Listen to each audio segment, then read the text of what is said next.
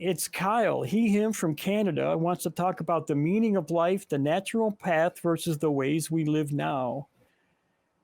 And oops, I almost clicked the wrong button again. I don't know why I do that. Hi, Kyle. How are you doing? I am doing fine. A little bit tired today, but happy to be able to call in. Cool. So what would you like to talk to us about? Well, your show is Truth Wanted, so I kind of wanted to talk about truth a little bit there and have a little bit of a brainstorming session with you guys about it. And hopefully... Sounds good. We'll do our best. From the heart. Pardon? Pardon me? Hello? Yeah, we got you. Okay. I'm not sure if that's on your end or ours. Okay. Sorry. I spend a fair bit of time thinking about stuff, and the natural path versus the way that we live, the conventional, traditional way, is kind of what I ponder to myself at times. Could you expand on that a little bit, Kyle? When you say the natural path versus the way we live now, are you saying now with like modern society, with industrial revolution and that kind of stuff, versus a more primitive form of living, which a lot of people, rightly think it's much more closer to nature and closer to the earth? Is that kind of the distinction you're making here? Yes, we live in a unique time frame at this moment where 95% of human development was drastically different than what it was today because of our advancements and where we've gone in our path.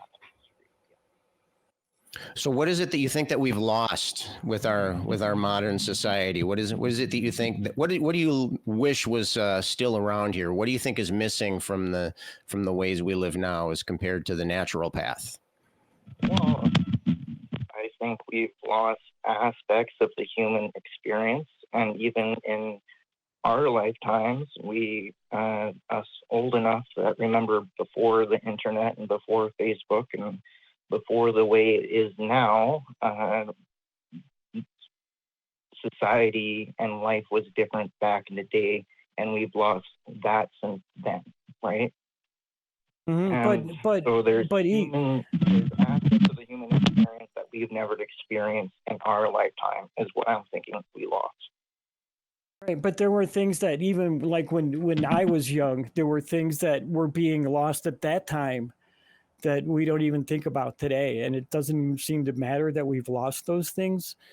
Like there was a time when almost anybody could look at the sky and tell you what the weather was going to be like the next day. Because that's the way it was, and it's not like that anymore. Now we've lost that. Is it a problem that we lost that? Is it wrong that we lost that? I mean, it's been replaced by, in the information age, we can just get on the internet, look at our phones, we can watch TV and find out what the weather's going to be like. So was it really a problem that we lost that thing?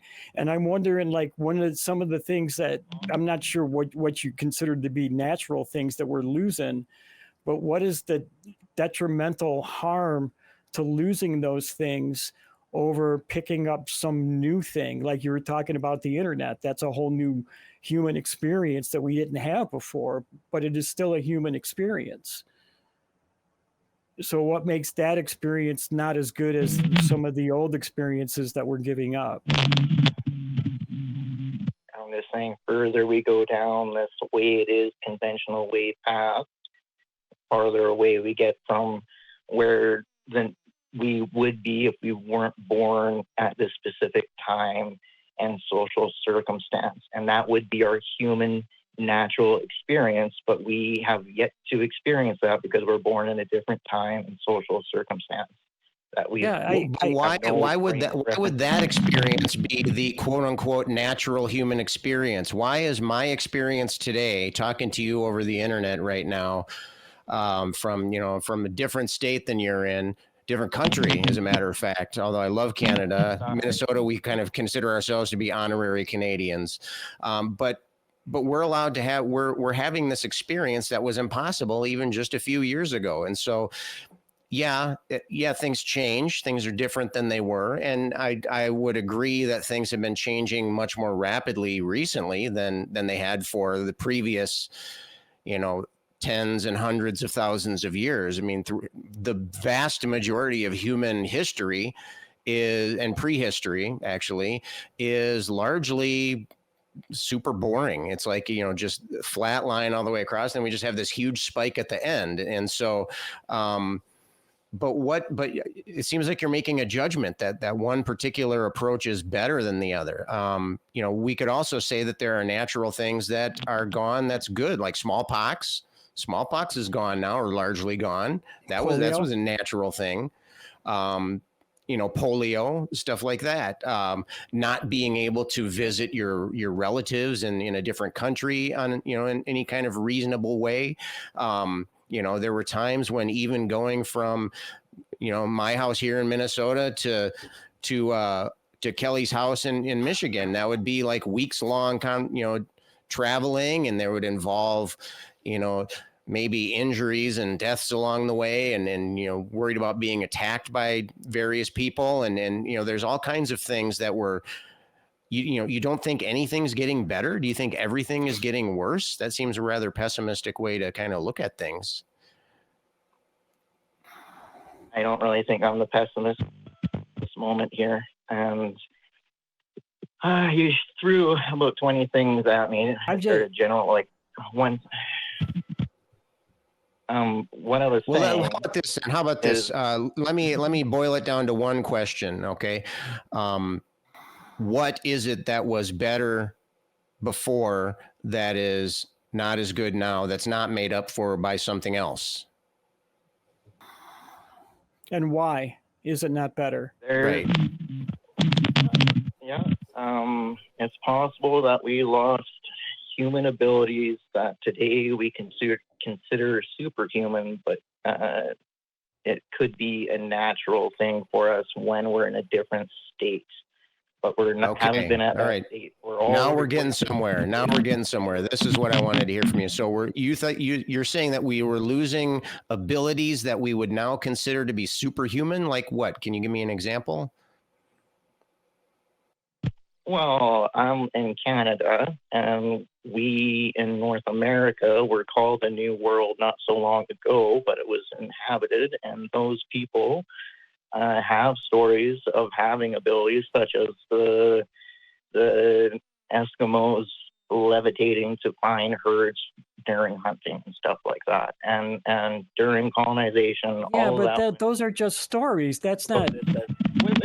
No, Kyle, those are just stories. We don't know that any of that is actually true. I mean, there's stories like that all around. People even claim stuff like that today. I mean, there's people who are claiming they can levitate still today. I don't know how that, and I really don't see how a claim from 2,000 years ago that we can't verify was something actually happened.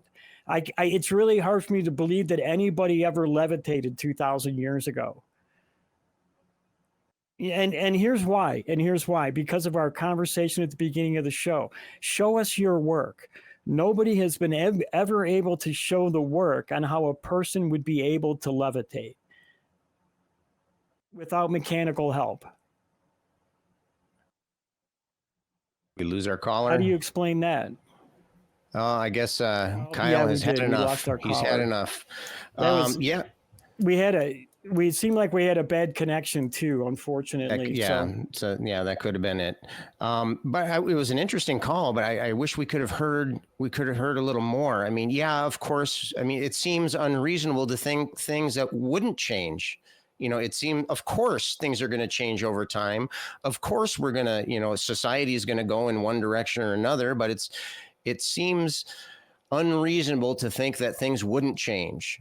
I would have asked Kyle if he was saying that he wishes things were back like they were before, or is he just acknowledging this change, or is he kind of lamenting these lost magical abilities. I really wish we could have gotten into more of that. I wanted to hear more about that. It's just, I mean, because I saw David Blaine levitate on TV, and so so we know that people can levitate these days, and so I want to see, compare that to whatever it was he was talking about.